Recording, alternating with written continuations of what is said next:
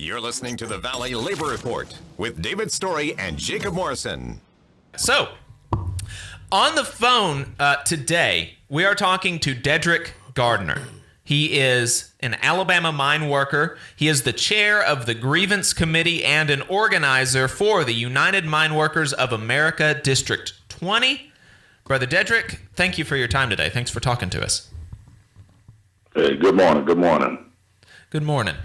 So, Dedrick, how did you become a coal miner in Alabama? There's not a whole lot of coal mining jobs anymore. What brought you to the industry? What got you into coal mining?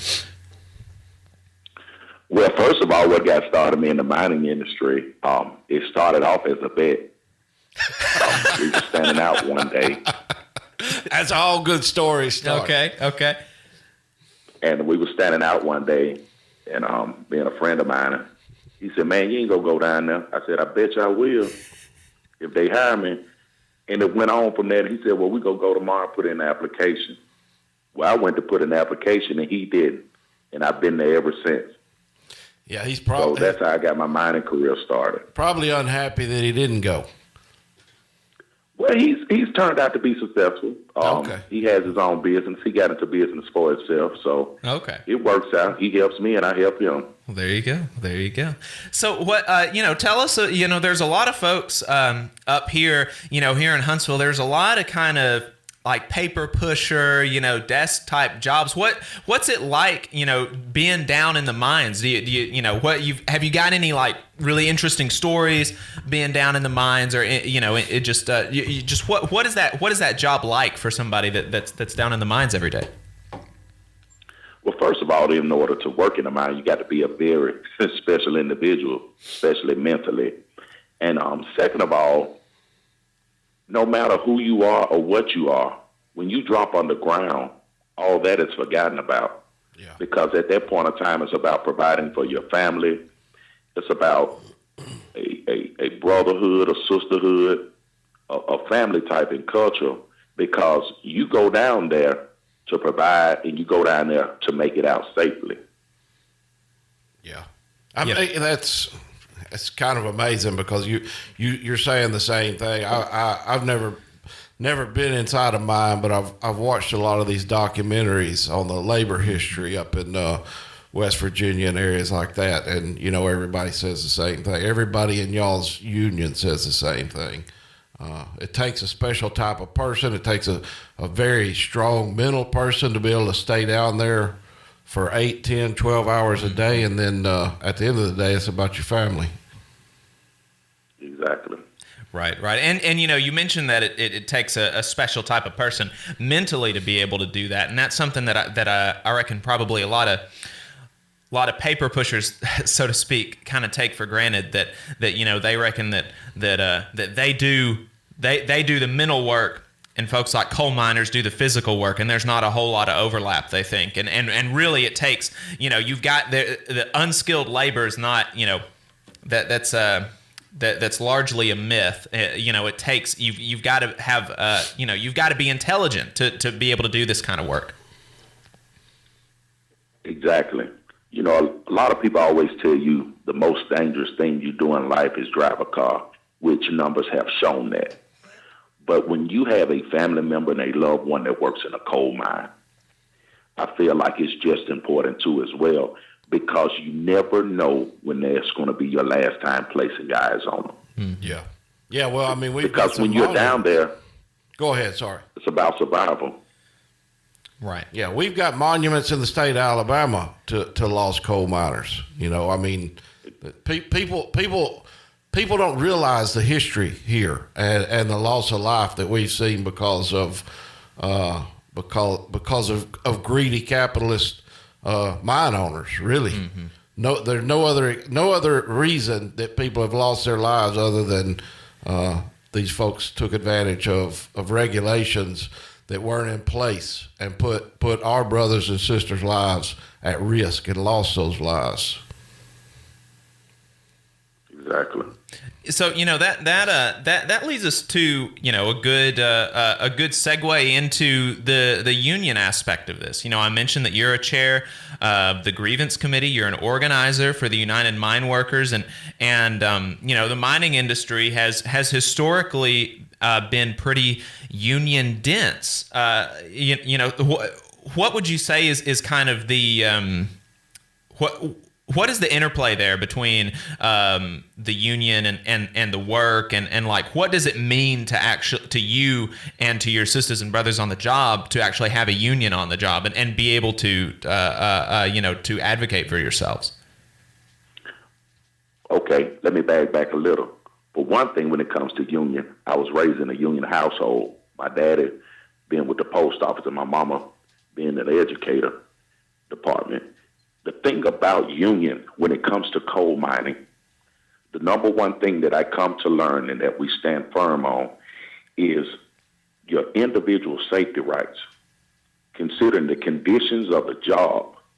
And at one point of time, companies used to recognize and value their employees because they gave them life health care. And the reason why is because you're working in such hazardous conditions, you're taking in dust, no matter how respirators or things, different other PPEs you try to do to prevent that, it's just a part of the job. And I feel by being union, it bags and it holds the accountability to the companies to make sure that the employees have the best working conditions possible. That's exactly right. In almost every industry, you're not going to have, the boss isn't going to give you, very rarely is the boss going to give you better pay and good working conditions out of, the kindness of their heart. You've got to take it. And that's the union allows you to do that. The union allows you to exert the power that you have because the coal ain't getting out of the mines without y'all. You can have as many bosses up above the ground as you want. It ain't getting out there if you don't have anybody down in the mines pulling it out. And so the union allows y'all to exert that power that you have, the power that you have with your labor, because y'all are the ones doing the work. Exactly. So how did you get into, what made you want to not only be in the union? It sounds like you've got a history of this. You said you're from a union household. Your daddy was a postal worker. Your mama was a educator. So you were raised with, unlike a lot of folks in Alabama, you were raised knowing the value of having a union on the job, of being able to stand with your sisters and brothers on the job for your rights. But what was it that made you want to go into be active in the union, to be a chair of the grievance committee, to be an organizer for the union? Because first of all, I already know I live in a right-to-work state. I know that companies can fire you at will. But then if you just look at the common thing that everybody has, the state law in Alabama says in order to operate a vehicle, you must have insurance. Why not work and be a part of a union, some form of insurance on your employment too as well? Yeah. You need a covering nowadays. These companies are doing what they want to do and not realize it's the labor in these people's backs that are producing whatever, whether it's coal, whether it's steel, anything in the industrial environment, they're doing it on their backs and they're reaping the benefits of it.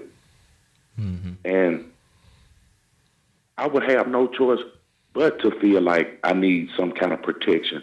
I need some form of representation. Yeah. I couldn't work if I didn't have representation because these companies need to be held accountable for what takes place on these jobs. Yeah. And not only accountable, but, one thing that we talk about a lot on this show is restoring the democracy in the workplace. In other words, They like to talk about the founding fathers and implementing democracy in our country, but especially in our state and a lot of the southern states, nobody ever wants to talk about democracy in the workplace and allowing these workers to have a say-so in their lives and in what they're doing on a daily basis. Right. Dedrick, we're going to bring you back on the other side of this break. Everybody else, stay tuned. You are listening to the Valley Labor Report. We're talking to Alabama coal miner Dedrick Gardner.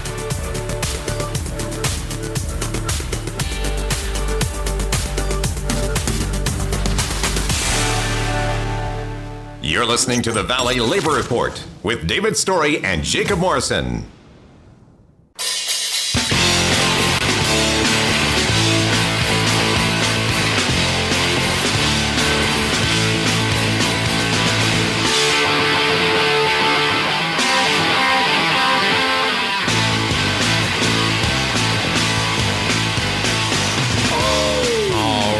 Folks, welcome back to the Valley Labor Report. My name is Jacob Morrison. My co-host is David Story. On the line, we've got Alabama Mineworker, chair of the Grievance Committee, and an organizer for the United Mine Workers of America District 20, Brother Dedrick Gardner. And can we just say, from the short amount of time that we've been talking to him, all around badass. Can we say that on the radio? I think we can say that. Yeah, I think so. Yeah. Seriously, it's really great to talk to you. I appreciate you taking your time and talking to us about about being a miner and being a unionist in Alabama. Tell us about. I think it might be interesting and helpful, even for other union members like myself and like some of the folks listening, to maybe learn about what the grievance process in your union looks like, and maybe you could walk us through like a specific case that you've done as chair of the grievance committee. I don't know how long you've been chair of the grievance committee, but like what does that look like when a worker is harmed on the job or something is done wrong to them? What does that process look like for them with the union in the workplace, through the grievance procedure? Well, to better make it simple and plain, the grievance committee is when they put black and white on you, you turn around and put black and white on them. And when I say that, it's an accountability thing because I believe in accountability strong. And what it is, when the company challenges you, you turn around, you challenge them to uphold what is in that bargaining agreement. And not just the bargaining agreement, you try to do the process in the events in different steps and different phases. And it's different steps to it. It's 1, 2, 3. And if there's no resolve, you put it in front of a neutral party. Yeah. But in the grievance process, you would think that you can work situations out between the employee and the employer to get some resolve.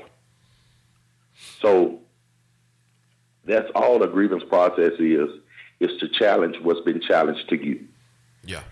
And sometimes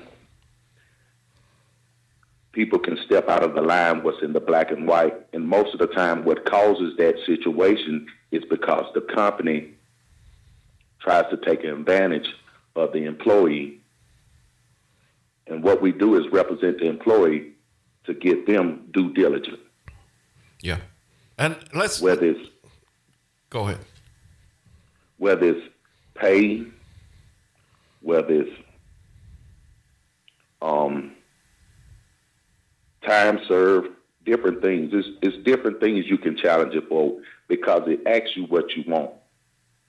What are you filing, or what would you what are you looking for in this grievance form? So, yeah, and I think that's what a grievance is. We need to back up because a lot of our listeners are union members, but there's a wide array of people that's listening on the radio that may not understand even what a grievance is in the process that you just explained what it refers to. But the fact is, the grievance process is born out of the contract that is negotiated between the workers and the employers.